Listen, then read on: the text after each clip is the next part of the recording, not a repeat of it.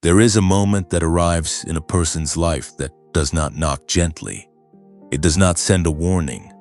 It does not wait for you to be ready. It simply comes, and when it does, everything around you grows quiet in a way that feels almost supernatural. You have felt that moment. You are in it right now. And the question that rises up from somewhere deep inside you, from a place that no distraction has ever been able to silence, is this: why does it feel like your life was meant for something more than what you are currently living? Why does every ordinary morning carry the faint echo of an extraordinary calling? Why, no matter how many times you have tried to settle, to shrink, to fit yourself into spaces that were never built for someone like you, does something inside you keep refusing to stay quiet? These are not small questions. They are not the anxious thoughts of a restless mind. They are the sound of heaven pressing on the walls of your life, trying to get your attention. And the fact that you are here, listening to these words right now, in this exact moment, is not a coincidence. You did not stumble here. You were led here. There is a difference, and you already know it, because chosen ones always know the difference between chance and calling. Think about the path that brought you to this moment. Think about the nights that seemed too long to survive. Think about the doors that closed in your face so hard you could feel the wind of rejection against your skin. Think about the seasons when you prayed and the ceiling seemed like stone, when you reached out for something to hold on to and found only silence. Think about the times you almost gave up, almost let go, almost convinced yourself that maybe you had read the signs wrong. Maybe the calling you felt was just a dream you invented to cope with a life that was not working the way you needed it to work. And yet here you are, still standing, still searching, still breathing, still here. That is not weakness. That is the mark of the chosen. The ones who were never allowed to quit, even when they desperately wanted to, are the ones who were being prepared for something the world does not yet have words for. Ask yourself this: when was the last time you truly felt aligned with who you were created to be? Not the version of you that shows up to meet everyone else's expectations. Not the version of you that has learned to apologize for taking up space. The real you. The version that exists before the world taught you to be afraid. The version that God formed before you ever drew your first breath. When did you last feel that person moving inside you? Because that person has never left. They have been waiting, sometimes patiently, and sometimes with an urgency that feels like it is about to break through the surface of everything you have built to keep yourself safe. You have been wondering why certain things keep being taken from you, why certain chapters keep ending before you feel ready for them to close, why certain people have walked out of your story leaving spaces you do not know how to fill. But what if the question is not, why am I losing these things? What if the real question is, what is being cleared away to make room for what heaven has already assigned to your name? What if every loss was not a punishment but a preparation? What if every empty space was not evidence that you were forgotten, but evidence that something greater is on its way, and it required room to enter? You are not a mistake. You are not behind. You are not too broken, too old, too far, gone, or too ordinary for what God has prepared for your life. The enemy wants you to believe that the distance between where you are and where you are supposed to be is too great to cross. But the enemy has always been a liar, and the chosen ones are the ones who have learned, sometimes through fire, to stop taking his word for it. The life you have been carrying a vision of, the one that feels so real when you are alone and so impossible when the world crowds in, that life is not a fantasy. It is a blueprint. It is the original design that was placed inside you before you were given to this earth. And this Sunday, This very moment, heaven is not just reminding you of that blueprint. Heaven is activating it. There is a reason this message found you today, not yesterday, not next week. Today, because there are seasons in the life of a chosen one when heaven decides that enough preparation has happened, enough refining has taken place, enough waiting has been endured, and it is time to shift from the wilderness into the promise. This is one of those seasons. This is one of those moments. And if you are honest with yourself, somewhere beneath the noise of your daily life, you can already feel it. The scripture that anchors this moment comes from the book of Jeremiah, chapter 29, verse 11. For I know the plans I have for you, declares the Lord, plans to prosper you and not to harm you, plans to give you hope and a future. God is not improvising your life. He is not watching from a distance hoping things work out. He has plans, specific plans, detailed plans, plans that account for every detour, every disappointment, every delay, and every dream you have ever dared to whisper into the dark. His plans for you are not plans of harm. They are plans of hope.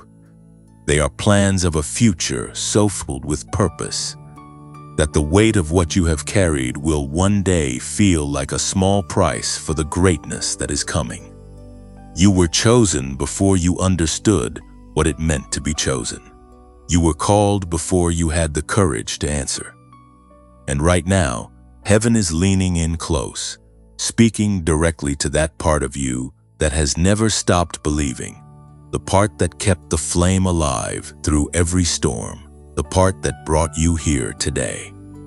If you can feel this message landing in your spirit, if something inside you is stirring, if the words you are hearing right now are striking something in your chest that feels like recognition rather than information, then I want you to do one thing. Drop 555 in the comments right now, not as a number, as a declaration, as a sign to heaven that you receive this word, that you acknowledge your calling, that you are standing at the threshold of your miracle. Sunday and you are ready to step forward. 555 means I am here, I am chosen, and I am ready. Let it be your first act of faith today, because this is where it begins. Not with a grand gesture, not with a perfect prayer, with a moment of willingness, with a single step toward the truth that God has been speaking over your life since before you were born. You are not ordinary. You were never ordinary. And everything that is about to unfold in your life is going to prove it. There is something that happens when a chosen one finally stops running from their own greatness.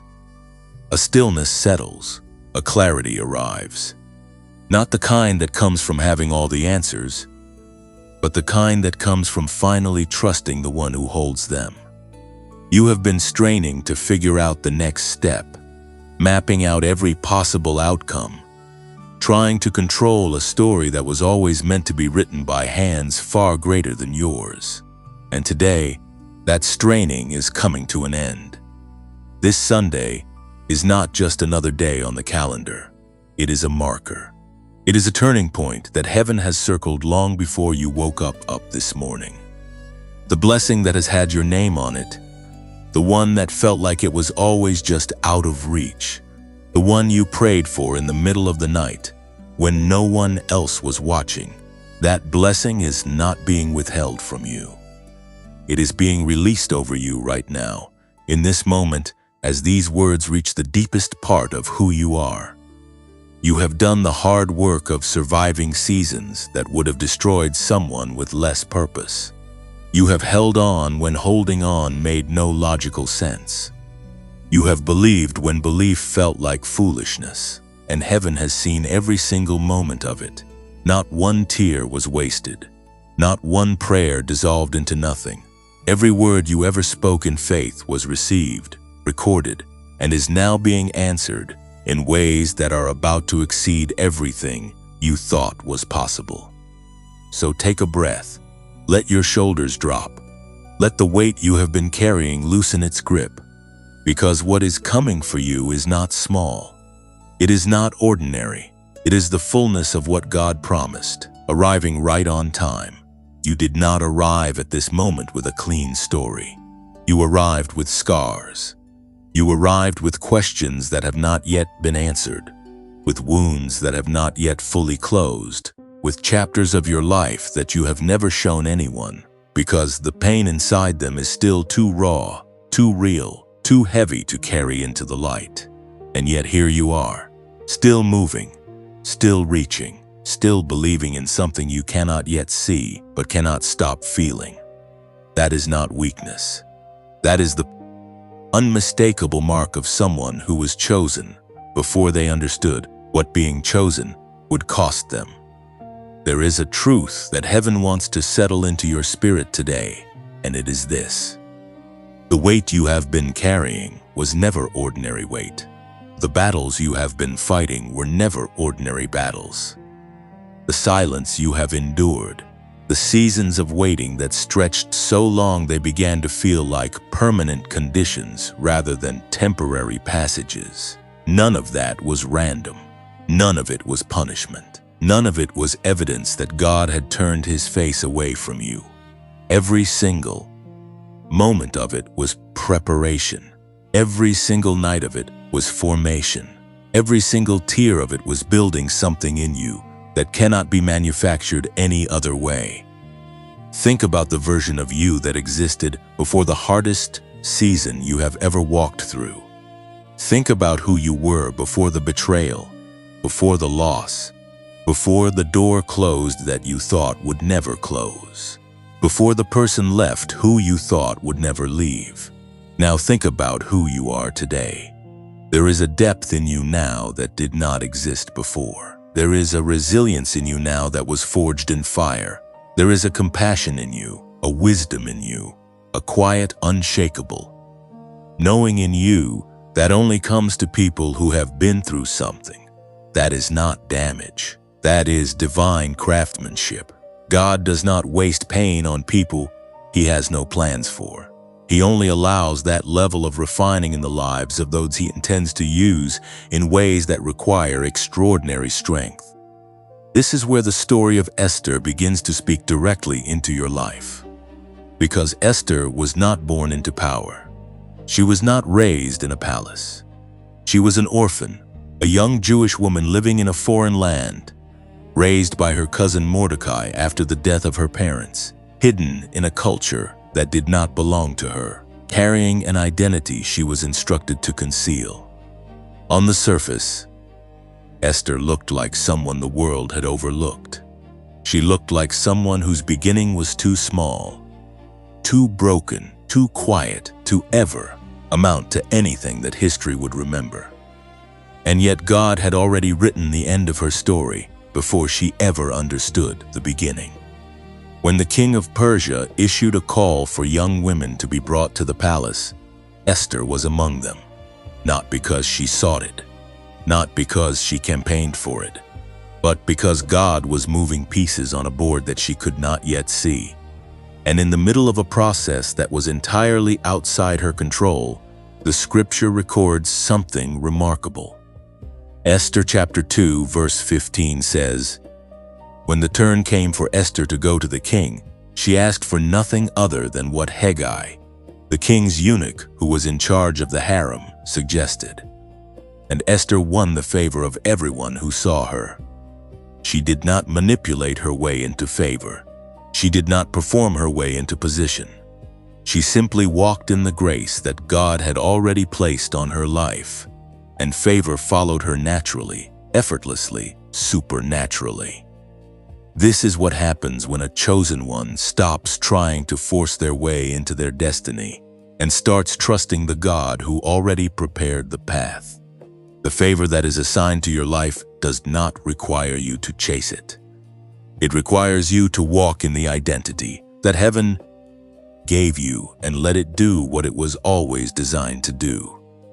But here is the part of Esther's story that most people rush past, and it is the part that speaks most powerfully into your life right now. Between the moment Esther entered the palace and The moment she was called to step into her purpose, there was a waiting period. There was a season of preparation that she could not rush, could not skip, and could not fully understand while she was inside it. She was being shaped. She was being positioned. She was being made ready for a moment that had not yet arrived. And during that entire time, she did not know the full weight of what she was being prepared for. You are in that same place right now. You have been in a season of preparation that has felt longer than it should. You have been in a palace of waiting, surrounded by things that feel close to your destiny, but not quite it yet. Able to sense that something significant is approaching, but unable to see its full shape. And in those moments, the temptation is to question whether the preparation is real, whether the promise is real, whether you read the signs correctly, or whether you have simply been talking yourself into a hope that was never actually there. But Esther's story answers that temptation with something that cannot be argued with. The preparation was real. The waiting was real. And when the moment finally came, when Mordecai stood at the gate in sackcloth and sent word to Esther that her people were facing annihilation and that she alone was positioned to intercede, the preparation she had endured was exactly what made her capable of responding. Every day in that palace, every lesson in that season, every moment of quiet refinement had been building toward a single defining appointment. And the woman who walked into the king's court uninvited, risking her life on the weight of her calling, was not the same girl who had entered the palace in silence. She had been changed. She had been made ready. She had been chosen for exactly this. And beloved, so have you. The season you have been in, however long it has lasted, however heavy it has been making you ready for exactly this. Not for a smaller version of what God promised you. Not for a watered-down edition of the life you were called to live. For the full, uncompromised, heaven-authored version of your destiny that has been written with your name on it since before you were formed in your mother's womb. The hardest thing about being chosen is that the preparation does not always look like preparation. It looks like delay. It looks like loss. It looks like confusion. It looks like standing at the gate of everything you were promised and not being allowed to enter yet. Esther sat in a palace and did not know she was being shaped to save a nation. You have been sitting in your own season of waiting, and perhaps you have not yet seen that you are being shaped to carry something that will change the lives of people you have not yet met, to walk into rooms that have not yet been built, to speak words that have not yet been written, to stand in a moment that has not yet arrived, but is closer than it has ever been. The weight you have carried was never ordinary weight because you were never ordinary. The suffering you have endured was never random suffering because your life was never a random life. God does not invest that level of preparation into someone He does not intend to use in a significant way. He does not allow that level of fire in a life He does not plan to display as a testimony of His faithfulness. Every hard thing was a holy thing in disguise. And this Sunday, the disguise is beginning to come off. You are walking into your Esther moment, not the moment of preparation, the moment of activation, the moment when everything that was poured into you during the hidden season is finally going to be poured out in ways that will leave you breathless. The moment when the door that has been closed swings open, not because you finally found the right key, but because heaven decided that the appointed time had come, and no power on earth or beneath it has the authority to hold that door shut any longer. So do not despise what you have been through. Do not minimize the seasons that broke you open. Do not wish away the nights that hollowed you out, because it was in that hollow space that God placed the fullness of what He intends to release through you. You were being emptied so that you could be filled with something that this world has been waiting for. You were being made low so that when you rise, and you will rise, the height of your elevation will be undeniable proof that it was God and not your own strength that carried you there. The weight was real, the pain was real, the waiting was real, and the miracle that is coming is just as real, just as specific, and just as certain as every word God has ever spoken over your life. The story did not end in the palace of preparation. It moved into the palace of purpose, and yours is about to do the same. You are still here. After everything that tried to pull you under, after every season that seemed designed to convince you that the promise was never real, after every voice that whispered you were too late, too broken, too far behind to ever catch up to the life you were created for, you are still here. And that is not a small thing. That is not a coincidence. That is the fingerprint of a God who does not abandon His chosen ones in the middle of their story. No matter how dark the middle gets, no matter how long it lasts, no matter how many times the enemy tries to use the length of the wait as evidence that the promise was never coming, there is something that happens in the life of a chosen one during the long seasons of waiting that cannot happen any other way. There is a kind of knowing that only develops in the dark. There is a kind of faith that only grows when it has nothing visible to hold on to.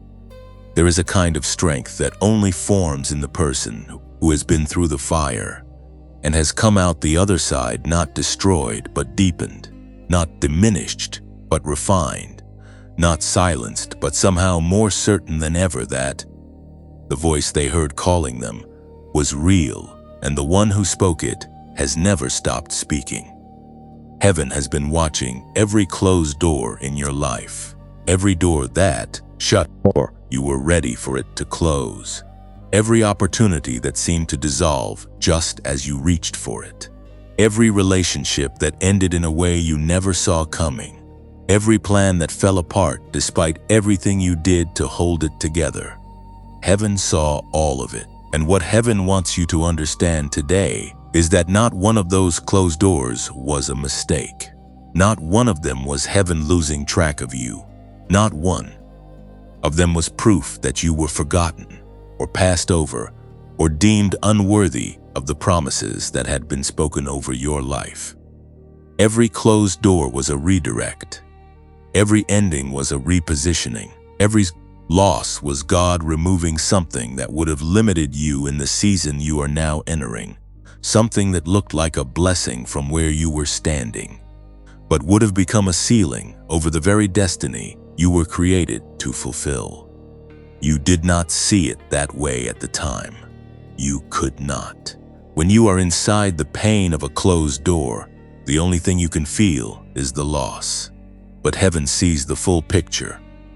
And from that vantage point, every closed door you have ever faced was an act of divine protection and divine direction working together on your behalf. This is where Esther's story deepens in a way that will speak directly into the part of you that is still carrying the confusion of doors that closed without explanation. Because after Esther was elevated to the position of queen, after all the preparation, and the waiting and the refinement of that hidden season had done its work in her, there came a moment when the entire reason for her journey was suddenly revealed. Mordecai brought her a devastating piece of news.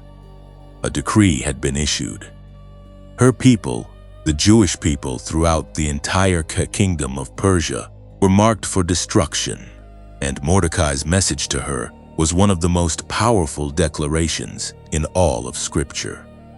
Esther chapter 4 verse 14 says, "And who knows whether you have not come to the kingdom for such a time as this?" For such a time as this. Those 6 words carry the entire weight of Esther's journey. Every closed door that led her to Persia instead of Jerusalem, every moment of concealment, every season of preparation, every day inside that palace, learning and waiting and being shaped, it all pointed to this. She had not been placed in that position by accident. She had not risen to that level of influence through coincidence. She had been positioned by a God who already knew that a moment was coming that would require someone with exactly her background, exactly her access, exactly her courage, and exactly her willingness to lay down her life for the sake of others. Every single thing that had brought her to that throne had been preparing her for that one defining moment. And beloved, every single thing that has brought you to this moment has been preparing you for yours. The doors that closed were not rejections. They were redirections toward the exact position you needed to be in when your appointed moment arrived. The relationships that ended were not failures. They were releases from connections that would have kept you circling a version of your life that was never your final destination. The plans that fell apart were not evidence of your inadequacy. They were God dismantling structures that were too small to contain what He was building in you. You have been asking why for so long. Why did this happen? Why did that end? Why did I have to go through this? Why is it taking so long? And today, heaven is beginning to answer that question. Not with a full explanation of every detail, but with something more powerful than explanation. Heaven is answering with activation. It is answering by bringing you to the threshold of your appointed moment and saying to you the same thing. Mordecai said to Esther, "You have come to this place for such a time as this. You have been brought through everything you have been through so that you would be standing exactly here, exactly new, exactly ready for what is about to be placed in your hands." The enemy understood what was at stake in Esther's story. He understood that if she stepped into her purpose, if she found the courage to go before the king, if she chose her people over her comfort and her calling over her safety, the plan of destruction would be dismantled. And so the enemy worked through the fear of consequences to try to keep her silent. He worked through the logic of risk to try to convince her that staying hidden was wiser than stepping forward. And you have felt that same pressure. You have felt the whisper that says staying small is safer, that silence is smarter, that the risk of stepping into your full calling is too great compared to the security of staying exactly where you are. But Esther did not stay silent. She called a fast. She gathered her community. She prepared herself spiritually before she moved physically. And then she walked through the door that no one had invited her to walk through, carrying nothing but the authority of her calling and the covering of a God who had placed her there on purpose. And the king extended his scepter. The favor that God had written into her story before she was ever born showed up in the very moment she needed it most. The closed doors of her past had been protecting her path to this open door, and she walked through it. That is what is happening in your life right now. The door that is about to open for you is not opening because you finally did enough, or prayed enough, or became enough. It is opening because the appointed time has come. It is opening because the preparation is complete. It is opening because heaven has been building toward this moment in your life since before you had the capacity to understand what was being built. And just like Esther, the courage required to walk through it is not something you have to manufacture. It has already been placed inside you. It was deposited in you during the very seasons that felt like they were destroying you. You were not being broken. You were being built. Every chosen one carries a moment like this. A moment when the full weight of their preparation is suddenly justified by the magnitude of what they are being called to step into.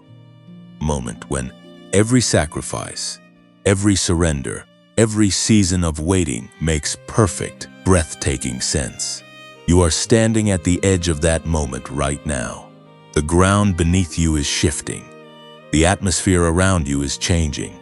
Heaven is not preparing to do something new in your life. Heaven is releasing what has been prepared for you all along. The closed doors were not the end of your story. They were the architecture of your journey. They were the divine design that brought you here, to this moment, to this message, to this threshold. And what is waiting on the other side of this threshold is not a smaller version of what God promised you. It is the full expression of everything He spoke over your life before you ever knew the sound of your own name. For such a time as this, you were chosen. For such a time as this, you were prepared. And for such a time as this, you are being activated. Do not look back at the closed doors with grief any longer. Look forward at the open door with faith. Because the God who closed every door that needed to close is the same God who is standing at the threshold of your miracle Sunday, holding open the door that has your name written on it, the door that no amount of opposition, no season of delay, and no voice of doubt has ever had the power to shut permanently. You were built for this, you were chosen for this, and you are ready. And yet, even as heaven is opening that door, even as the atmosphere around your life is shifting in ways you can feel, but perhaps cannot yet fully name, there is a practical dimension to this activation that God wants you to understand because chosen ones are not just spiritual beings waiting for miraculous intervention from a distance. They are people with minds, with brains, with a neurology that was designed by the same Creator who placed the calling inside them. And what science is now beginning to confirm is something that heaven has always known.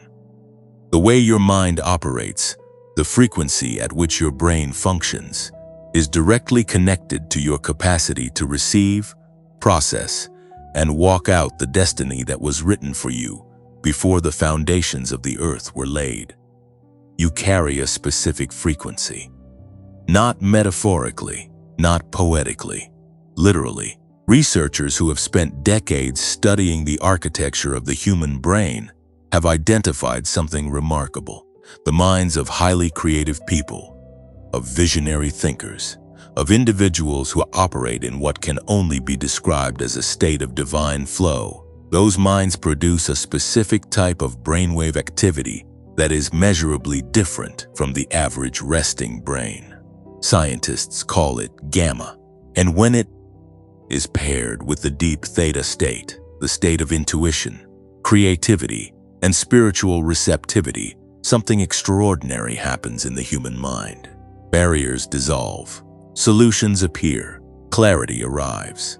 The very faculties of perception that most adults have slowly lost access to over years of stress, survival, and mental overload begin to reawaken. This is not a theory. This is documented, measured, peer-reviewed science. And it connects directly to what you are experiencing right now as a chosen one standing at the threshold of your appointed moment. A neuroscientist named Dr. James Rivers, trained at MIT and connected to research conducted in partnership with NASA, spent more than 30 years studying this exact phenomenon. What began as an exploration of peak cognitive performance eventually became something far more significant. After thousands of days of research and clinical observation, Dr. Rivers and his team made a discovery that changed the direction of his entire career. They found that the theta and gamma brainwave states, the frequencies associated with genius-level thinking, creative breakthrough, intuitive knowing, and accelerated learning, are not reserved for a gifted few. They are the natural birthright of every human brain, but somewhere between childhood and adulthood, under the weight of pressure, fear, chronic stress, and the relentless demands of daily survival, most people lose consistent access to these states. The brain adapts to operate in survival mode rather than in the elevated mode it was. originally designed for. And here is what makes this discovery spiritually significant for you today. Children operate in theta almost constantly. It is why they learn languages in months, absorb information effortlessly, and move through the world with a sense of wonder and openness that most adults can barely remember. It is also the state in which spiritual sensitivity is highest, in which the inner knowing that chosen ones carry is most active and most accessible. As you grew older, as the world taught you to be afraid, to be cautious, to be realistic, to be small, your brain gradually shifted away from that frequency. Not because you failed, not because something went wrong, but because the environment you were living in demanded a different kind of functioning from you. What the genius wave does is extraordinarily simple and extraordinarily powerful at the same time. It is a precisely engineered 7-minute audio, developed using the principles of brainwave entrainment, binaural beats, and isochronic tones that guides your brain back into the theta and gamma states naturally, gently, and without requiring any special skill, any meditation practice, or any prior experience. You simply listen, and as you listen, your brain begins to synchronize with the frequencies embedded in the audio. The hippocampus activates. The regions associated with memory and creative thinking come online, and the state of focused clarity, intuitive knowing, and elevated cognitive function that is the natural operating frequency of a chosen one begins to restore itself. 7 minutes. That is all it takes. Not an hour of meditation, not years of practice. 7 minutes each day, and the brain that God designed for you, the mind that was built to carry the vision, execute the calling, and walk in the wisdom of your destiny, begins to function the way it was always meant to function. Now consider what this means for you specifically. You have been receiving spiritual downloads, carrying visions, sensing callings, and feeling the pull of your purpose for a long time. But perhaps you have also noticed that there are moments when the connection feels clear, and moments when it feels like static, when the clarity is there, and then it is gone, when the inspiration arrives and then dissolves before you can fully capture it. What if part of what you have been experiencing is not a spiritual deficit, but a neurological one? What if the very tool you need to consistently access the frequency of your calling is already available to you, already proven, already waiting for you to reach for it? The people who have already used the genius wave are not extraordinary exceptions. They are people exactly like you.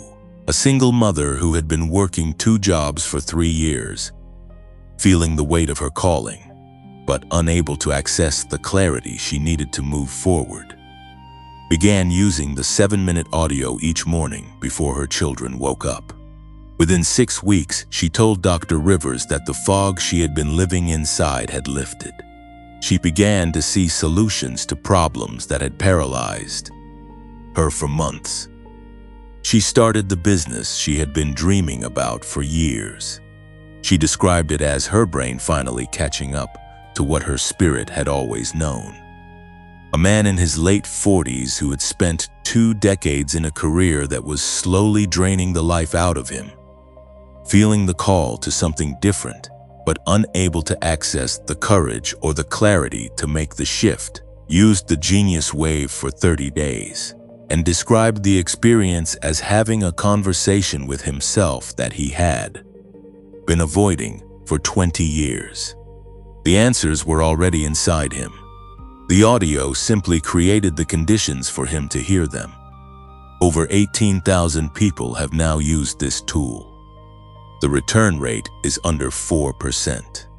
Not because people feel obligated to keep it, but because what they experience when their brain begins operating at its designed frequency is something they have no desire to give back. I know what some of you are thinking right now. You are thinking that $39 is not a small amount when you are already stretched. And I want you to know that thought is valid. It is a real thought, and it deserves a real response. Here it is. The cost of continuing to operate below the frequency of your calling. The cost of another year of foggy thinking, missed clarity, and circling the same mountain of confusion without breakthrough. That cost is immeasurable. $39 is the investment in the mind that God gave you to carry out the mission He placed inside you. And if it does not work for you, if you listen for 90 days and feel no difference, Dr. Rivers offers a complete 100% money-back guarantee. No questions, no conditions. The risk is not on you. It is on the product. The regular price is $49. Right now, through the link in the pinned comment and the description below this video, you can access the Genius Wave for just $39. But this price is not permanent. The discounted access is available for a limited time and to a limited number of people because the infrastructure that supports this offer cannot sustain unlimited volume at this price point indefinitely. When it closes, it closes. And the window that is open for you right now will not remain open simply because you meant to come back to it later. One more thing that matters deeply. There are imitation products circulating online that use similar language and similar claims. They are not the same. The Genius Wave developed by Dr. James Rivers is only available through the official link in the pinned comment and the description below. Any other source is unauthorized. Any other version is not the product that 18,000 people have experienced and trusted. Protect yourself. Use only the link provided here. Your breakthrough deserves the real thing, not a counterfeit designed to profit from your desire for transformation. The door is open, the science is sound, the testimonies are real. And the God who designed your brain to operate at the frequency of your calling is the same God who made this tool available to you on this exact Sunday, at this exact moment, for such a time as this. There is a breath that happens after a moment of decision, a settling, a returning to something deeper than the transaction, deeper than the information, deeper than the practical steps that were just laid before you. And that breath is exactly where you are right now. Because what was just shared with you was not a detour from the spiritual journey you are on. It was an extension of it. It was heaven saying that your transformation is not limited to the invisible realm, that the same God who breathed life into your spirit also engineered the neurons inside your skull, and that He is not interested in a partial restoration of who you were created to be. He is after the whole thing, every dimension of you, every layer, every faculty, every capacity that was deposited in you before you were formed, fully restored, fully activated, fully alive. So let that settle. Let the practical and the spiritual sit together without tension. Because in the economy of heaven, they were never meant to be separated. And now, from that place of settledness, from that place where the mind and the spirit are beginning to align, let the message go deeper still. Because there is more that heaven needs to say to you today. There is more that your soul came here to receive.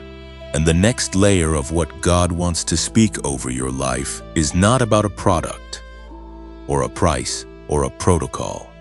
It is about the nature of what has been happening in the unseen realm on your behalf, and why this Sunday carries a weight that goes far beyond what you can currently see. You have been in a battle, not the kind that makes headlines, not the kind that anyone else can fully see or fully understand, the kind that happens in the quiet places of your life, in the space between who you are and who you know you were created to be, in the gap between the promise and the fulfillment, in the tension of carrying something enormous inside you, while the outside of your life has not yet caught up to reflect it. That battle is real. The weariness it produces is real. And the enemy has been using that weariness strategically, trying to convince you that the gap between the promise and the fulfillment is evidence that the promise was never real. But Esther knew something about that gap. She knew what it felt like to carry an identity that the world around her could not see. She was a queen on the outside, but she was also a hidden woman on the inside, concealing the fullness of who was, waiting for the moment when the concealment would end and the fullness would be required. And the gap between those two realities, between the queen the palace saw and the chosen woman God had prepared, was not empty space. It was loaded space. It was a space filled with formation, with preparation, with the quiet, invisible work of a God who was aligning every detail of a story that was far bigger than one woman's comfort or one woman's safety. You have been living in that loaded space. The gap in your life between where you are and where you are going is not empty. It is not evidence of abandonment. It is filled with the invisible work of a God who is aligning details you cannot see, moving pieces you do not know exist, preparing encounters you have not yet had, opening doors in rooms you have not yet entered. The gap is not a void. The gap is a workshop, and the work being done inside it is some of the most significant work that has ever been done on your behalf. The scripture that speaks into this moment comes from the book of Isaiah, chapter 40, verse 31. But those who wait on the Lord shall renew their strength. They shall mount up with wings like eagles. They shall run and not be weary. They shall walk and not faint. Waiting on the Lord is not passive. It is not resignation. It is not the spiritual equivalent of giving up and calling it faith. Waiting on the Lord is an active, intentional, expectant posture of the soul that says, I trust the one who holds the timeline more than I trust my own understanding of how long this should be taking. It is the posture that Esther held in the palace before her moment came. It is the posture that every chosen one is called to hold in the season between the promise and the fulfillment. And the promise attached to that posture is not vague. It is specific. Renewed strength, rising like eagles, running without growing weary, walking without fainting. You have been running a long race, and there have been moments in that race when your legs gave out, moments when you fell and did not know if you had the strength to get back up, moments when the finish line seemed to move further away every time you gained ground. But the promise of this scripture is not that the race will be easy. It is that the one who waits on the Lord, the one who trusts rather than strains, the one who surrenders the timeline rather than fighting to control it, will be given a supernatural infusion of strength that defies natural logic. Eagles do not flap their wings to rise. They find the thermal current, the updraft that is already moving, and they open their wings and let it carry them. That is the invitation being extended to you right now. Stop flapping. Start soaring. Stop trying to manufacture the momentum that only God can generate. Open your wings to the current that heaven has already released over your life, and let it carry you to the altitude you were always designed to reach.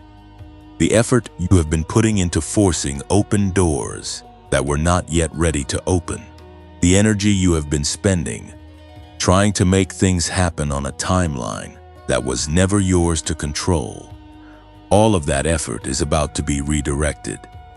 Because when you align with the frequency of heaven, when you stop fighting the process and start trusting the process, the very things you have been straining toward begin moving toward you. This is the mystery that chosen ones spend the early part of their journey trying to understand. The breakthrough does not come when you finally try hard enough. It comes when you finally trust deeply enough. Esther did not force her way into the king's presence through sheer determination. She prepared, she fasted, she aligned herself spiritually, and then she walked forward in the authority of her calling. The favor that met her was not manufactured by her effort. It was released by a God who had been holding it in reserve for exactly that moment. And the favor that is assigned to your name is being held in reserve for exactly this moment. The weariness you have felt is not a sign that you are failing.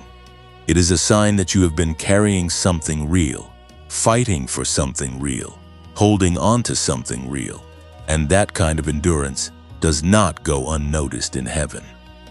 Every chosen one who has ever stood at the edge of their breakthrough has felt this exact weariness. It is almost like a final examination before the elevation. It is the last stretch of the wilderness before the promised land comes into view. And the ones who cross over are not the ones who had the most strength. They are the ones who, in the moment of greatest weariness, chose to lean into God rather than away from Him. That is the choice before you right now. Not a dramatic choice, not a visible choice. A quiet internal, soul-level choice to open your hands, release the timeline, release the outcome, release the need to understand every detail of the journey, and simply say to the God who called you, I trust you. I trust your process. I trust your timing. I trust that the gap between where I am and where I am going is not a sign of your absence, but a sign of your activity. I trust that the doors that closed needed to close. I trust that the waiting was not wasted. I trust that this Sunday, this moment, this message is not an accident, but an appointment. Because when a chosen one surrenders at that level, something shifts in the spiritual atmosphere around their life. The thermal current that was always there, the updraft of divine favor that has been waiting for the moment of true surrender, begins to move with a force and a velocity that no human effort could ever replicate. And suddenly the things that seemed immovable begin to move. The things that seemed impossible begin to dissolve. The path that seemed blocked begins to open. Not because you finally did the right thing in the right way at the right time, but because you finally let go of the control you were never supposed to be holding in the first place. You were made to soar, not to strain. You were made to be carried by the current of divine purpose, not to push against the river of your own destiny. And the God who designed that current, who engineered that updraft, who wrote the winds of your elevation into the very fabric of your calling, is moving right now. He is moving on your behalf. He is moving in ways that will soon be undeniable. And the only thing required of you in this moment is the one thing that costs the most and produces the most: trust. There is something that happens when a message finds the person it was meant for. Something shifts in the chest. Something loosens in the spirit. Something that had been held tight for a long time begins to release. Not all at once. Not in a dramatic collapse, but in a quiet, steady, almost imperceptible softening that you can only feel from the inside. And if that is what has been happening in you, as these words have been reaching you, then what you are experiencing right now is not emotional response to well-crafted language. It is recognition. It is the soul hearing something it has always known, but had perhaps forgotten somewhere along the way. It is the chosen one inside you, waking up to the sound of a voice that has been calling your name since before you had one. You did not find this message. This message found you. And that distinction matters more than it might seem in this moment, because it is the difference between information and appointment. Information you can take or leave.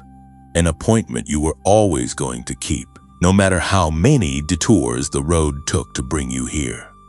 You were always going to arrive at this moment. Heaven made sure of it. And now that you are here, now that the words have landed, now that something inside you has, stirred in a way that is going to be difficult to unfeel. There is something I need to ask of you, not for me, for the thousands of other chosen ones who are still out there in the dark, still in the middle of their wilderness, still wondering if anyone knows their name, still fighting the lie that they were forgotten. This message needs to travel, and the way it travels is through you. When you share this video, when you pass it along to someone whose name just came to mind, when you send it to the person who came to your thoughts just now, you are not simply pressing a button on a screen. You are participating in a divine relay. You are becoming the instrument through which heaven reaches the next chosen one, who is sitting exactly where you were sitting before these words found you. There is someone in your circle right now who is in the middle of the hardest season of their life. There is someone who has been crying in private, praying prayers that feel like they are dissolving into the ceiling, holding onto a calling that the world around them cannot see and will not validate.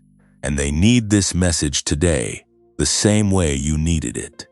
They need to hear that their waiting was not wasted, that their pain was not punishment, that heaven has not forgotten their name and is not finished with their story. You know who that person is. Their name just rose up in your spirit while you were reading those words. That is not coincidence, that is a prompting. That is heaven using you as a courier, as a messenger, as the answer to a prayer that someone else has been praying. Share this video, send it to them directly. Do not wait until later, because later has a way of becoming never when the moment of prompting passes.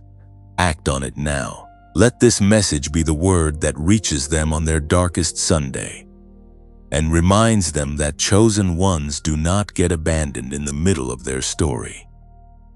And if this message has been a source of strength for you, if you have been coming back to this channel for words that feel like water in a dry season, if the messages here have been part of what has kept you standing when everything in your circumstances was trying to bring you down, then I want to invite you to do something that extends far beyond a like or a share. I want to invite you to become a partner in this ministry. There is a link in the description below and in the pinned comment that takes you to a place where you can sow a financial seed into this work. Whatever amount feels right in your spirit, whatever feels like an act of faith rather than an act of obligation, there isn't. No number that is too small and no contribution that is insignificant when it is given with a willing heart. Because here is what that gift does. It does not just keep the lights on in a studio somewhere. It keeps this message alive and reaching. It funds the creation of the next word that is going to find the next chosen one sitting in the next dark season and remind them of who they are. Every time you give into a ministry that has spoken life into you, you are sowing into the harvest of souls that message is going to reach. You are becoming a partner, not just in a content creation enterprise, but in a spiritual mission that is reaching people in places and situations and languages and time zones that neither of us will ever fully know this side of eternity. The return on that investment is not measured in dollars.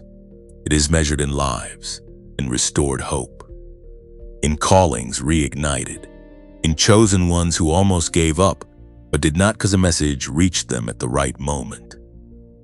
Esther did not save her people alone.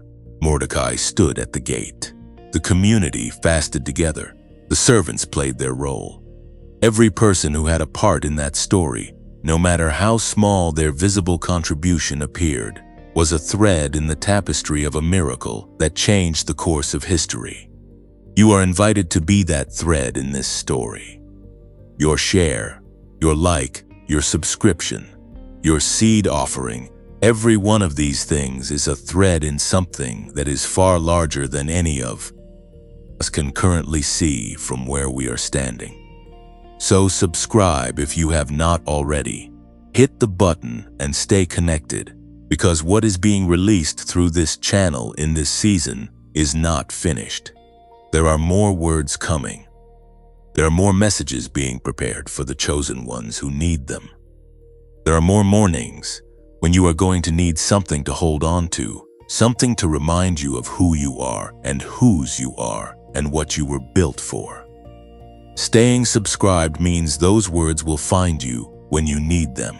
It means you will not miss the message that was prepared specifically for the season you are about to enter.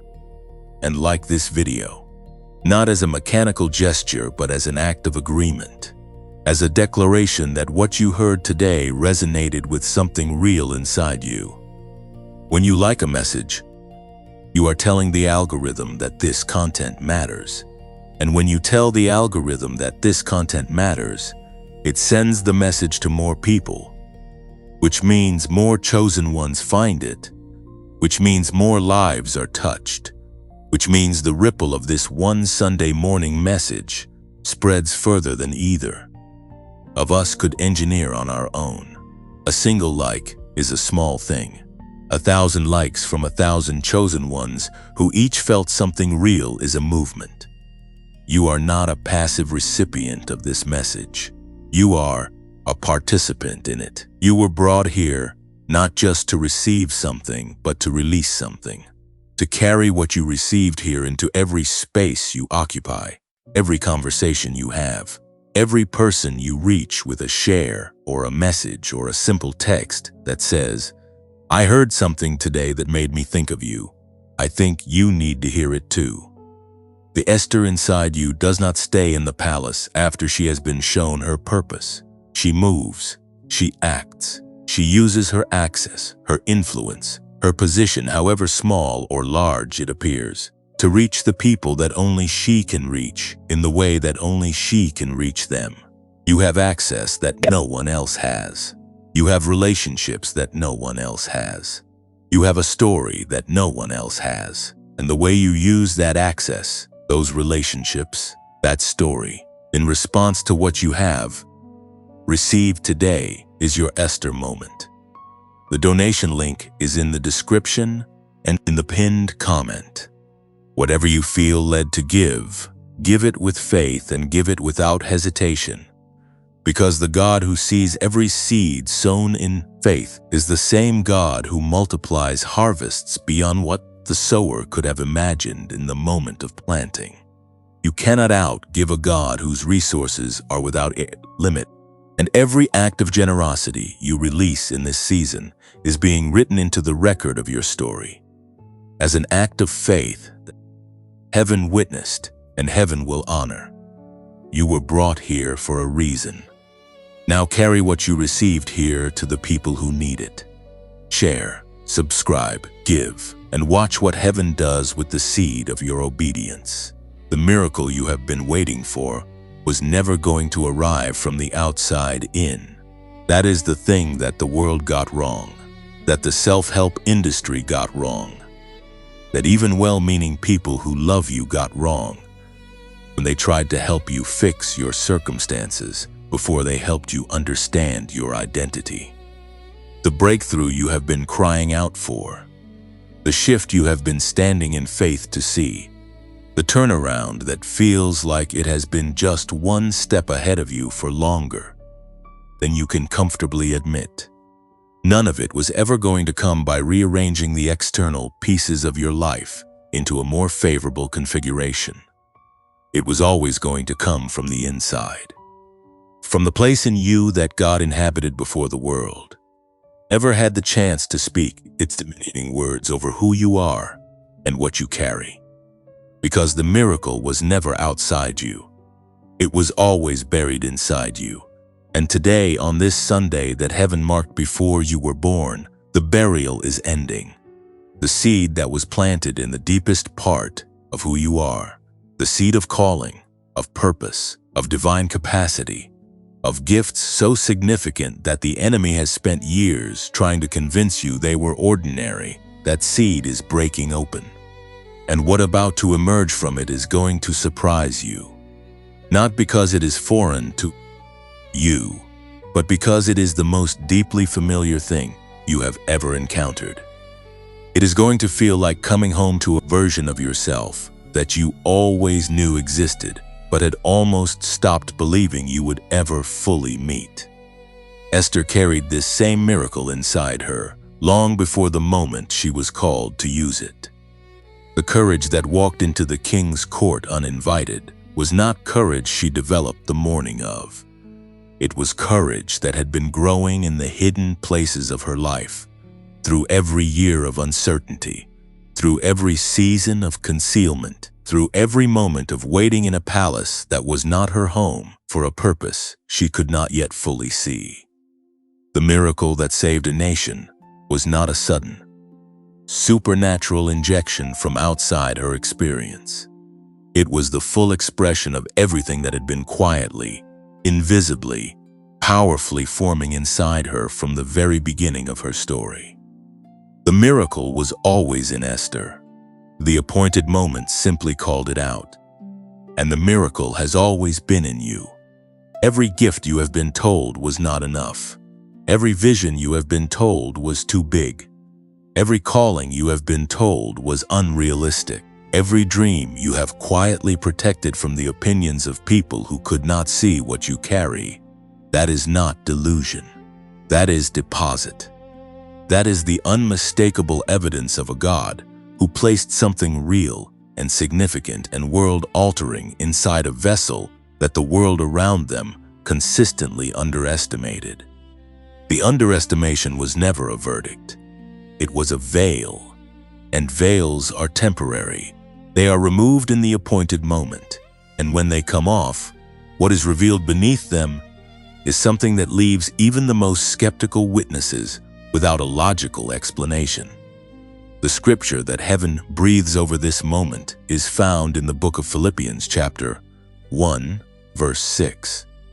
Being confident of that he who began a good work in you will carry it on to completion until the day of Christ Jesus. He who began it, not you, not your effort, not your discipline, your consistency, your willpower, or your ability to hold yourself together under pressure. He began it, and the one who begins a work is the one who carries the responsibility for its completion. You have been acting as though the outcome of your calling depends entirely on your ability to execute it perfectly, to never falter, to never doubt, to never have a season where the flame flickers. But the promise of this scripture releases you from that impossible standard. The one who started this in you is not waiting for you to reach a level of performance that merits his continued investment. He is already committed. He already declared the work good when he began it, and he has already committed to carrying it through to its completion. This is the confidence that Esther walked in when she entered the king's court. Not confidence in herself, not confidence in her beauty, or her eloquence, or her strategic thinking. Confidence in the God who had placed her in that position, who had formed her for that moment, who had been carrying the work in her life from the very beginning, and had promised, through every season of hiddenness and every year of preparation, that what he started would not be left unfinished. She walked in as a woman who knew that the God who called her was faithful to complete what he began. And that confidence, that unshakable, settled knowing, was itself the miracle that opened the door. You need that same confidence today, not arrogance, not the brittle bravado of someone performing certainty they do not feel. The quiet, deep, immovable confidence of a chosen one who has decided to take God at his word. The confidence that says, I do not need to see the full picture to trust the one who painted it. The confidence that says, I do not need to understand every chapter to believe in the author. The confidence that says the work that was started in me before I drew my first breath is being carried to completion by hands that do not grow tired, by a God whose commitment to my destiny does not waver, based on my performance or my progress or my pace. Because here is what happens when a chosen one begins to operate from that confidence. The gifts that were buried begin to surface. The ideas that were suppressed begin to rise. The words that were silenced begin to find their voice. The creativity that was stifled under the weight of survival mode begins to flow again. The vision that was blurred by years of disappointment begins to sharpen. And the people around you begin to notice something different. Not because you changed your circumstances, but because you changed your posture. Because you stopped apologizing for the magnitude of what you carry and started walking in the authority of who you were created to be. This is what Joseph looked like when he walked out of prison into the palace. This is what David looked like when he walked onto the battlefield with 5 smooth stones. This is what Esther looked like when she stood in the inner court and waited for the king to turn his eyes toward her. They were not performing greatness. They were inhabiting it. They were living from the inside out, rather than waiting for the outside to validate what was already true on the inside. And that is the invitation being extended to you in this moment. Stop waiting for your circumstances to confirm your calling. Start living from your calling and watch your circumstances begin to reorganize around it. The miracle inside you is not small. Let that land. Let it settle past the part of you that has been trained by disappointment to manage expectations, to protect yourself from hoping too much, to keep the vision at a size that feels safe enough not to be devastated if it does not come to pass. That protective mechanism served you in seasons when the pain of unmet expectations was more than you thought you could survive. But you are in a new season now, and the protective walls that kept you safe in the wilderness are the same walls that will keep you small in the promised land if you do not begin to let them down. God did not put what He put inside you so that you could manage it carefully enough to avoid disappointment. He put it inside you so that it could be fully released into a world that desperately needs what only you carry. The people who are waiting for what you carry do not need a carefully managed, adequately sized, disappointment-proof version of your gifts. They need the full thing. They need the unguarded, fully surrendered, heaven-fueled expression of everything that was deposited in you. Before the world had the chance to teach you to be afraid of your own greatness, Esther did not save her people with a carefully managed, risk-mitigated version of her courage. She walked in with everything. She laid her life on the line with everything. She showed up in the fullness of her calling with everything. And that fullness, that complete surrender of every reservation and every self-protective instinct was what made the miracle possible. You are being called to that same fullness right now. Not recklessness, not the absence of wisdom. The fullness of surrender to a God whose plans for you are too good and too specific and too lovingly crafted to be trusted to a half-hearted, 1 foot in and 1 foot out version of your faith. The miracle that has been buried inside you is ready to emerge. The gifts that the world overlooked are ready to be seen.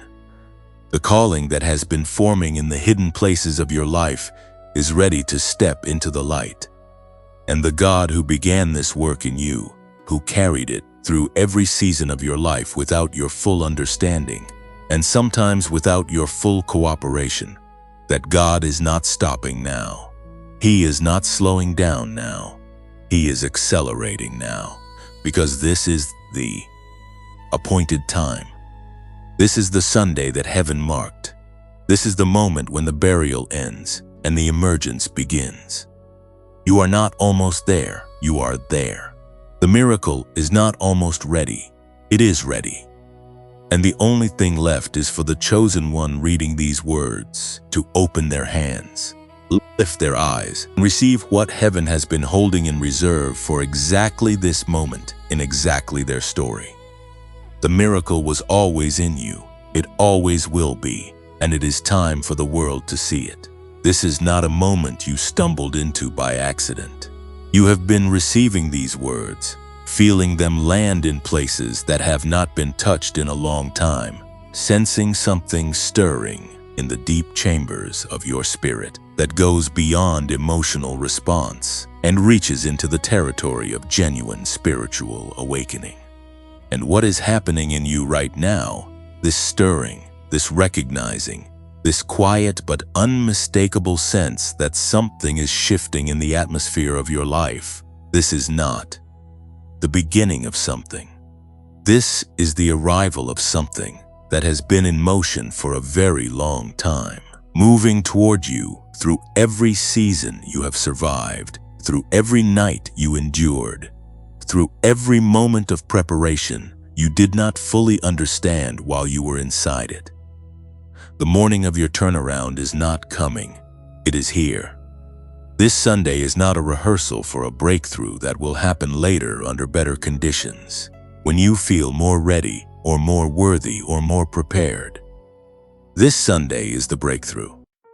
This moment, with all its imperfection, with all the unresolved questions still hanging in the air around your life, with all the circumstances that have not yet visibly changed, this is the appointed morning.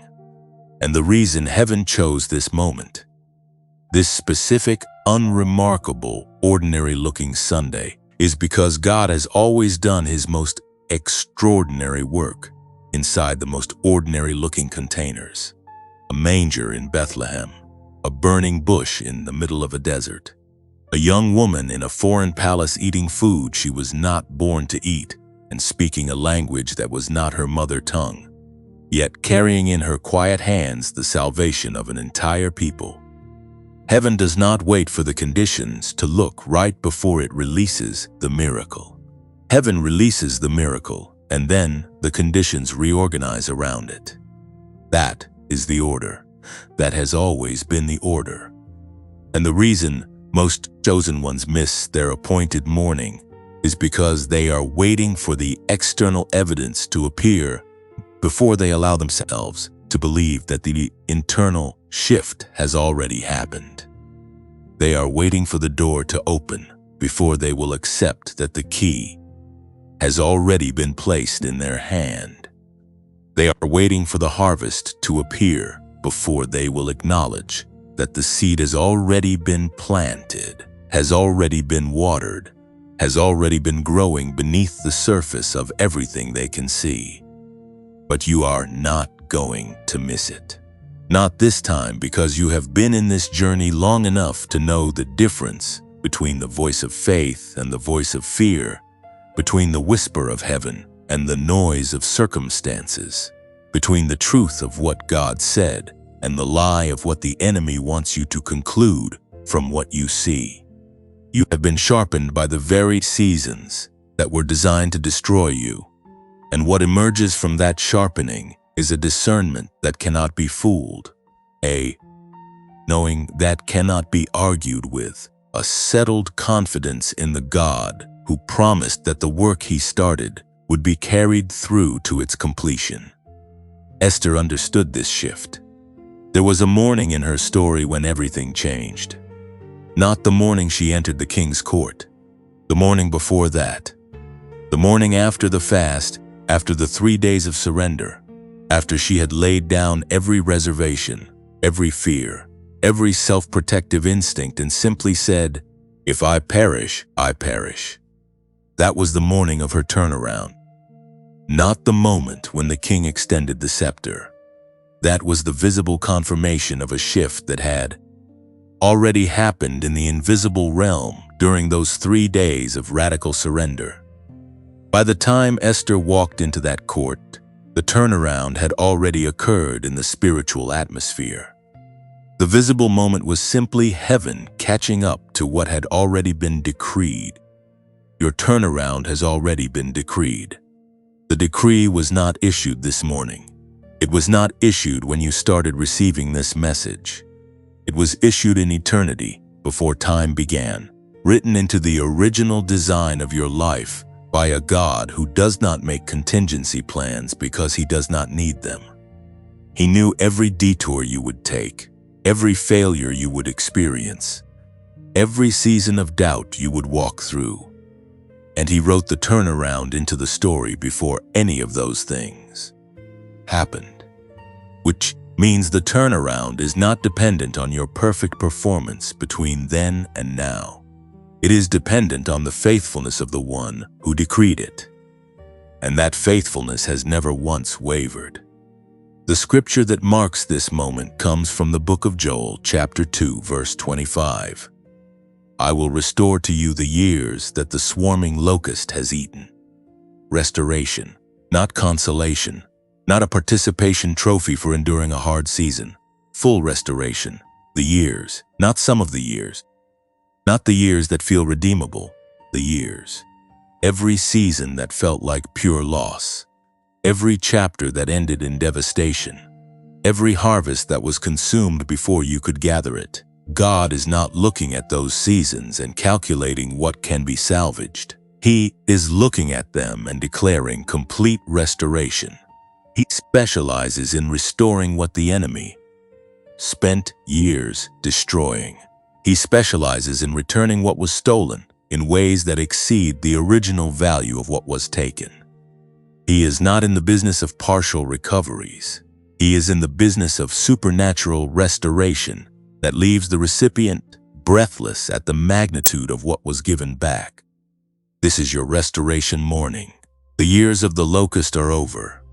The season of consumption is ending, and what is beginning is a season of return so significant, so specific, so lavishly generous in its scope, that the people who watched your wilderness season are going to struggle to reconcile the version of you that emerges from this season with the version they watched endure it. Because the restoration God releases is not just a return to where you were before the loss.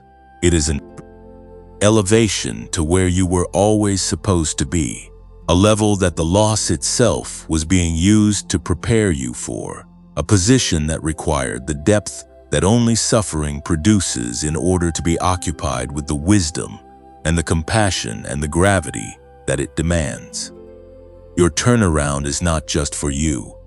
The restoration of your life is a testimony that will reach people you have never met, in seasons you have not yet entered, through a story that is still being written, with chapters that have not yet been lived.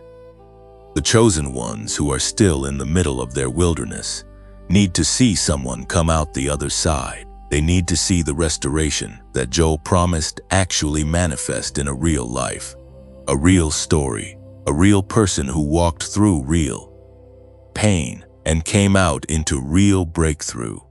You are going to be that person for someone.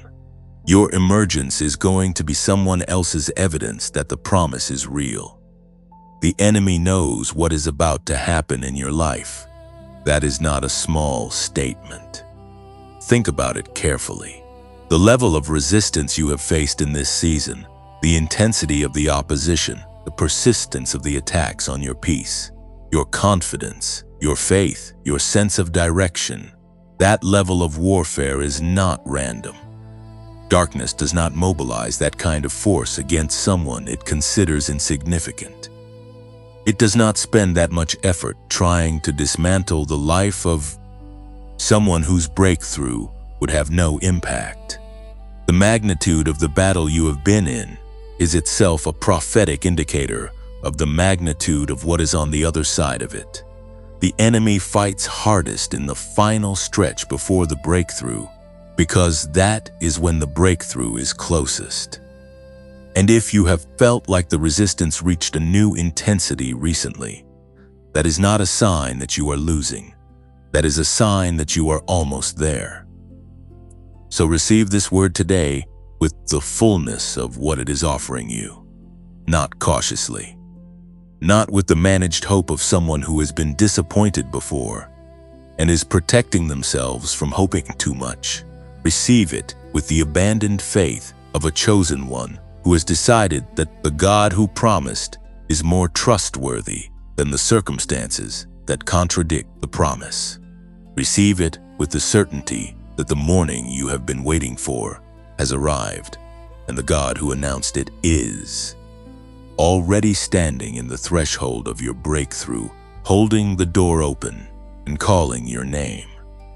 Heaven has been holding something in reserve for you, something specific, something that was designed with the precise dimensions of your calling, the exact shape of your need, the perfect timing of your appointed moment.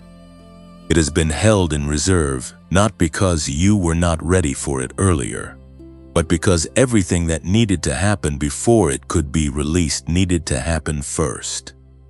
And everything that needed to happen has happened. The preparation is complete.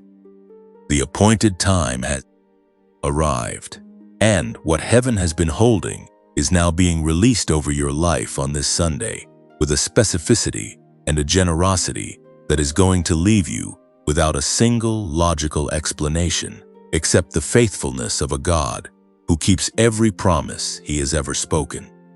If this word has landed in your spirit today, if something in you has said yes to what heaven has been declaring through this message, then I want you to drop 2 words in the comments right now. Type, "I claim it," as an act of spiritual alignment, as your declaration that everything heaven has held in reserve for your appointed moment now belongs to you by faith, not by your perfection, not by your worthiness, by the grace of a God who chose you before the foundations of the earth and has been faithfully carrying the work he began in you toward the completion he always intended. Type it now.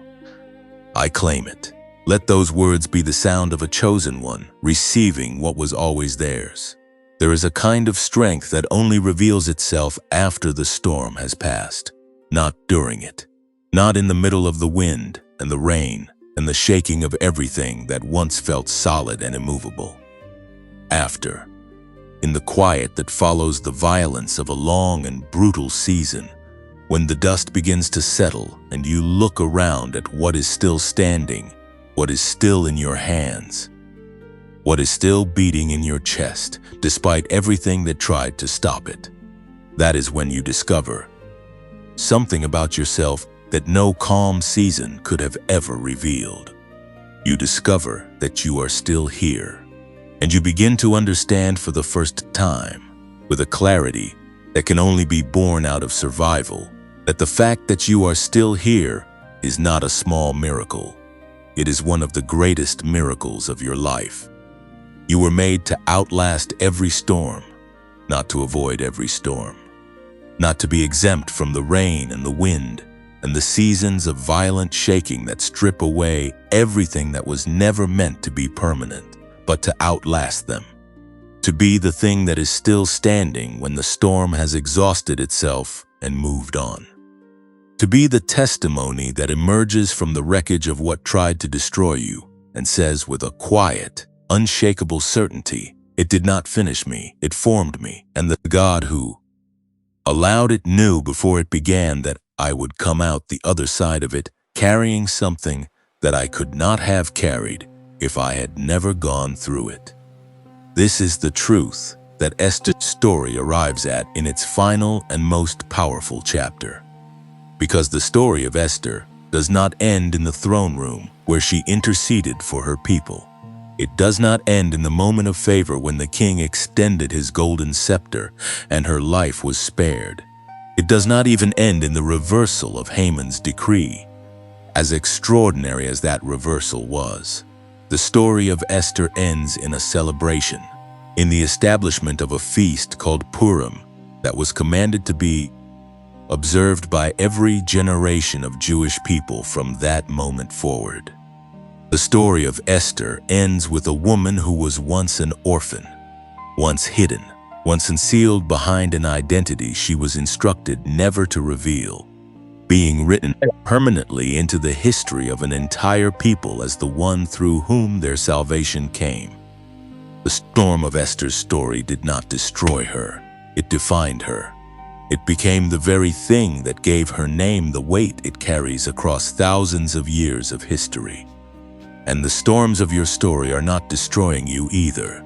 They are defining you. They are giving your name a weight, a depth, a resonance that calm seasons could never have produced. They are writing you into a story that is bigger than your individual life. A story that will be felt in generations that have not yet been born, in lives that have not yet begun, in moments that exist beyond the reach of anything you can currently imagine.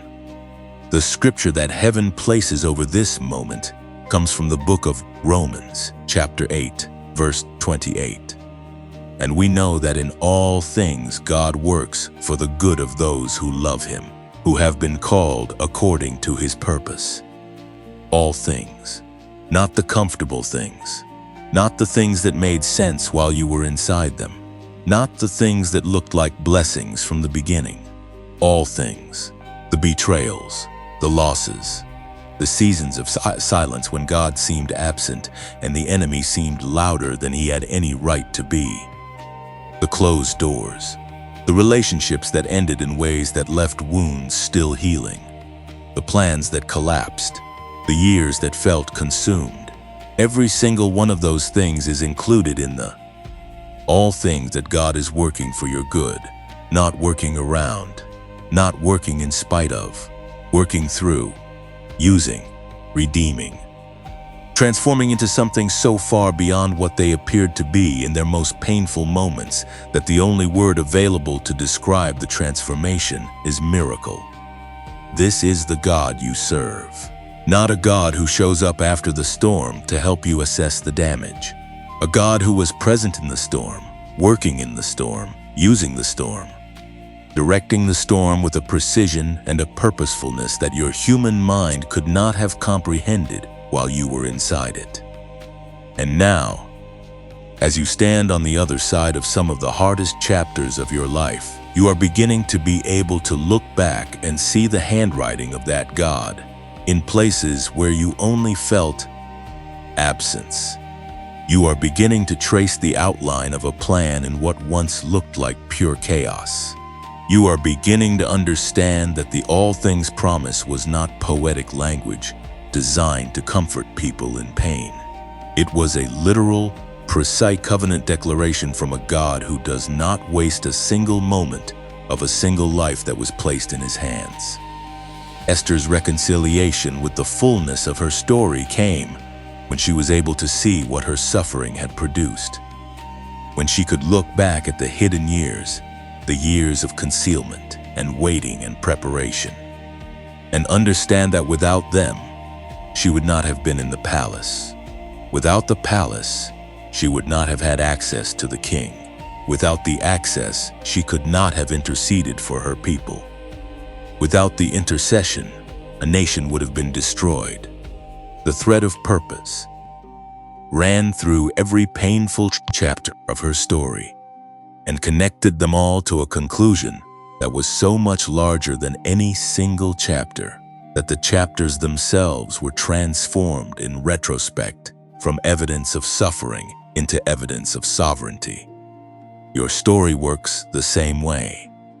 The thread of divine purpose runs through every chapter of your life, including the ones you would never have chosen, including the ones you are still processing, including the ones whose meaning is not yet fully visible to you from where you are standing right now. And when you reach the chapter where the fullness of what God was building becomes clear, when you stand in the place of your Esther conclusion and look back at the full arc of everything that brought you there, the painful chapters will not look like interruptions in your story. They will look like the architecture of it.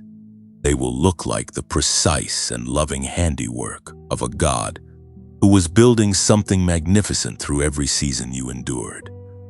A something that could not have been built any other way, by any other route, through any other set of experiences than the specific ones you lived. You were made to outlast every storm because you were built by a God who designed you to carry a conclusion that required the storm to produce it. The depth of compassion you now carry for people in pain, that came from pain. The wisdom you carry about the faithfulness of God in the dark seasons that came from dark seasons. The authority you carry when you speak about holding on when everything in you wants to let go. That came from seasons when you held on by the thinnest possible thread and discovered that the thread was enough because the one holding the other end of it never let go. The storms formed you. The silence deepened you. The losses refined you. The waiting built in you an endurance that has become one of your most significant spiritual assets. A capacity to hold faith under pressure that will be the very thing that makes you capable of sustaining the weight of the blessing that is about to be placed in your hands. Because great blessings require great capacity. And your capacity has been built by everything you have been through. You are not coming out of this season diminished. You are coming out of it expanded, not just restored to who you were before the hard seasons began, but elevated to who you were always meant to become through them. The version of you that emerges from this Sunday, from this appointed moment of activation and declaration and divine alignment, is not the same version that entered the storm. It is the version that the storm was always building. Stronger, deeper, more rooted, more certain, more capable of carrying the full weight of the calling that has been written over your life since before your name was spoken into existence. The latter glory of your life will surpass the former, not as a consolation for what was lost, but as the fulfillment of what was always intended. Esther's latter glory made her story immortal.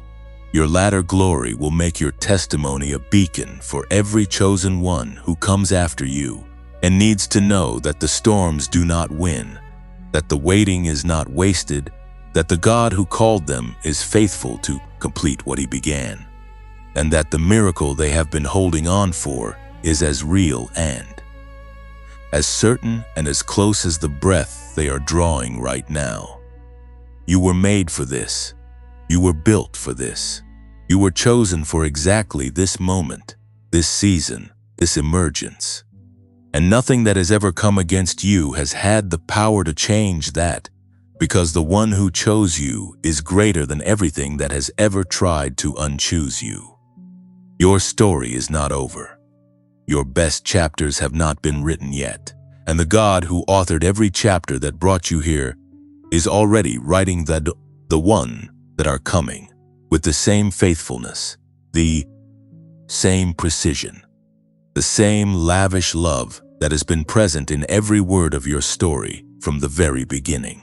You have traveled a long way to arrive at this moment, not just through this message, but through everything that preceded it, through every season that tried to end your story before it reached this chapter, through every voice that told you the promise was not real, the calling was not yours, the miracle was not coming, through every morning you woke up and had to make the choice all over again to believe in a God you could not see working in circumstances that felt like evidence of his absence.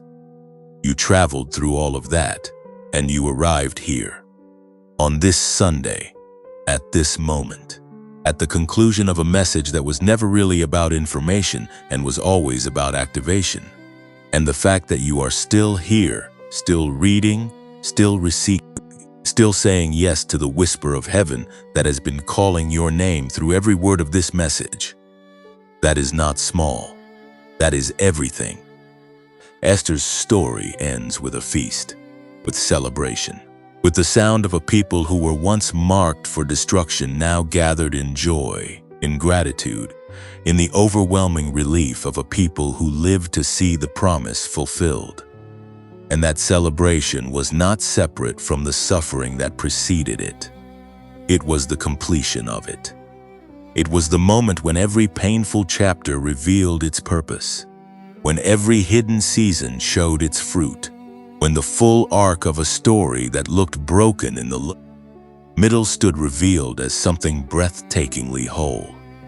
This is where your story is heading, not just to survival, to celebration, not just to making it through, to the feast on the other side of everything that tried to consume you. The God who brought Esther from orphan to queen, from hidden to revealed, from afraid to fearless, from concealed to celebrated, that same God has been writing your story with the same hand, the same love, the same sovereign intention. And the feast that is being prepared at the end of your journey is not a small gathering. It is not a modest acknowledgement of your endurance. It is a full, overflowing, beyond what you asked or imagined celebration of the faithfulness of a God who never once abandoned his chosen one. No matter how dark the season, no matter how long the night, no matter how many times the enemy tried to convince you that the story was over. Before this message closes, before the final words of this appointed Sunday reach you, I want to do something that feels more important than any other thing that could be said. I want to pray over you, not as a formality, not as a closing ritual, as a genuine act of intercession for the chosen one who has been sitting with these words, receiving them, wrestling with them, letting them reach the places that have been waiting the longest to be touched. So if you are willing, receive this now. Father, I come before you on behalf of every chosen one who received this message today. You know their name. You know the road they traveled to arrive at this moment. You know the weight they have been carrying, the tears they have shed in private, the prayers they have whispered into the dark when no one else was listening. You know the dreams they have protected, the faith they have fought to keep alive, the calling they have held onto even when holding on made no logical sense. And you know what you placed inside them before they were formed, the gifts, the purpose, the specific assignment that was written over their life before they drew their first breath. I ask you today, on this Sunday that you marked before the foundations of the earth were laid, to release over every chosen one, receiving these words the fullness of what you have been preparing for them. Open the doors that have been waiting for this appointed moment. Restore the years that the locust consumed. Release the favor that has been held in reserve for this exact season of their life. Heal the wounds that are still raw, quiet the voices that have been speaking diminishment over their identity and their destiny, and let your voice, the voice that called them before they knew how to answer, be the loudest thing in their spirit from this moment forward. Let them rise. Let them step into the fullness of who you created them to be. Let the gifts that were buried begin to surface. Let the vision that was blurred begin to sharpen. Let the courage that was dormant begin to ignite. And let this Sunday be the marker in their story that they look back on and say, that was the day everything changed. Not because of the words of a message, but because of the faithfulness of the God who used those words to reach me at exactly the right moment, in exactly the right season of my life. Cover them now. Protect them. Go before them into every room they are about to enter, every conversation they are about to have, every door they are about to walk through. Let your presence be the thing that shifts the atmosphere wherever they stand. And let the miracle that has been buried inside them emerge in this season with a clarity and a power that leaves no one who witnesses it with any explanation except the undeniable faithfulness of a God who keeps every promise he has ever spoken. In the name that is above every name, the name before which every knee will bow and every tongue will confess, I declare over every chosen one receiving this prayer, you are not forgotten, you are not behind, you are not too broken, too late, or too ordinary for what God has prepared for your life. You are chosen, you are called, you are covered, and your miracle Sunday has arrived. Amen. Let that prayer settle in you for a moment. Let it reach the places that words alone do not always reach. Let it be the sound of heaven speaking directly into the specific contours of your life, your story, your season, your need. Because that prayer was not generic. It was for you. It was spoken with you in mind, with the full weight of everything these words have been building toward. And it carries the authority of a God who hears every prayer lifted in His name and responds with the fullness of His faithfulness. Now, as this message closes, as you prepare to carry what you received here back into the daily reality of your life, I want to ask one more thing of you, not for obligation, not out of duty, out of partnership, out of the recognition that this mystery exists to reach chosen ones who need these words, and that the only way it continues to reach them is through the people who were reached by it. If this message spoke to something real in you today, share it. Send it to the person whose name came to mind while you were receiving it.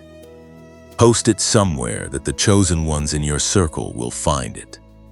Let it travel from your hands to the next person who needs to hear that they are not forgotten, that their waiting was not wasted, that their miracle Sunday is real, and it has arrived. Subscribe if you have not already, so that the next message prepared for the season you are entering finds you when you need it most. Like this video as an act of agreement with what was spoken here today, as your declaration that this word landed in a real place and deserves to reach more people. And if this ministry has been a source of living water for you in a dry season, if these messages have been part of what kept you standing when everything tried to bring you down, consider sowing a financial seed into this work through the donation link in the description below and in the pinned comment. Every seed sown into ground that has produced fruit in your life carries a harvest. And the harvest of generosities sown into a ministry that reaches chosen ones in their darkest hours is a harvest that heaven measures with a generosity that exceeds anything the natural mind can calculate. You came here today as a chosen one standing at a threshold. You are leaving as a chosen one who has stepped through it. The miracle is not ahead of you any longer. It is beneath your feet. It is the ground you are standing on right now, solid and real and prepared by a God who has been working on your behalf since before you had the capacity to ask Him to. Walk forward on it. Walk with confidence. Walk with the unshakable knowing of someone who has heard from heaven on a Sunday that was marked for them before the world began. You are not ordinary. You were never ordinary. And everything that is coming for you in this new season is going to prove it in ways that will leave you breathless with gratitude for every storm you survived, every door that closed, every season of waiting that felt like it would never end. Because now you will be able to see what it was all building toward. Now you will be able to trace the thread of sovereign purpose through every chapter. Now you will be able to say, with the full weight of a testimony earned through fire, my God was faithful every single time. He was faithful. Go in that faithfulness. Walk in that calling. Live in that fullness.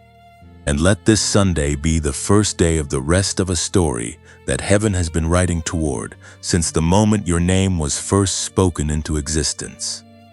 You are chosen, you are loved, you are ready, and your miracle has arrived.